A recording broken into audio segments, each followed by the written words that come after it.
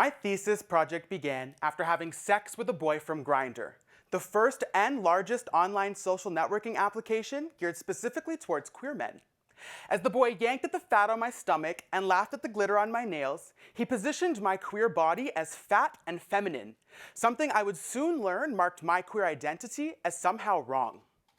My thesis explores the pervasive intersections of fatphobia, femmephobia, and racism found on Grindr. Specifically, I examined the now popularized phrase often used on the application: no fats, no femmes, no Asians, and no blacks. My research seeks to dismantle white, masculine, and muscular queer thinking found on Grindr that has furthered the marginalizations of fat, femme, and racialized queer persons within queer communities.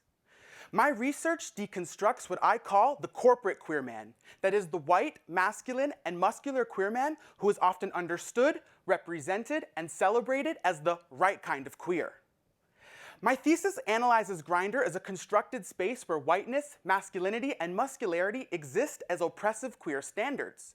For example, one Grindr user writes in his profile, "Horny here, love to fuck and suck, must be fit, must be in shape, not into old, ugly, fat, or Asian guys. No offense."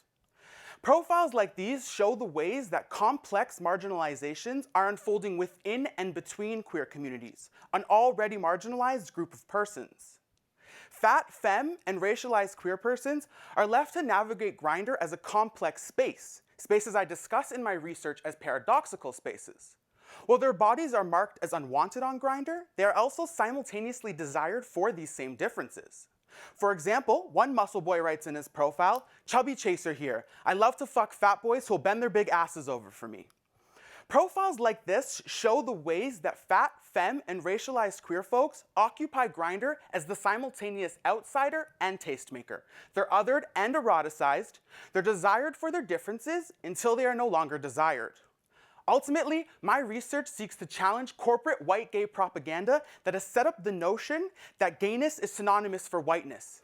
I want to disrupt the idea that fatness within queer communities is somehow wrong and abject, and that femininity is weak and lesser than. I think about all the queer men, myself included, who have been told countless times that our bodies need to be fixed and corrected. I'm pissed that to be queer and fat, femme, or racialized is somehow wrong. My research implores queer men to radically reconsider the implications of their words. Words matter, and words have important consequences. And to the queer men who don't think so, well, you can stare at my glittery middle finger and kiss my big, fat queer ass. Thank you.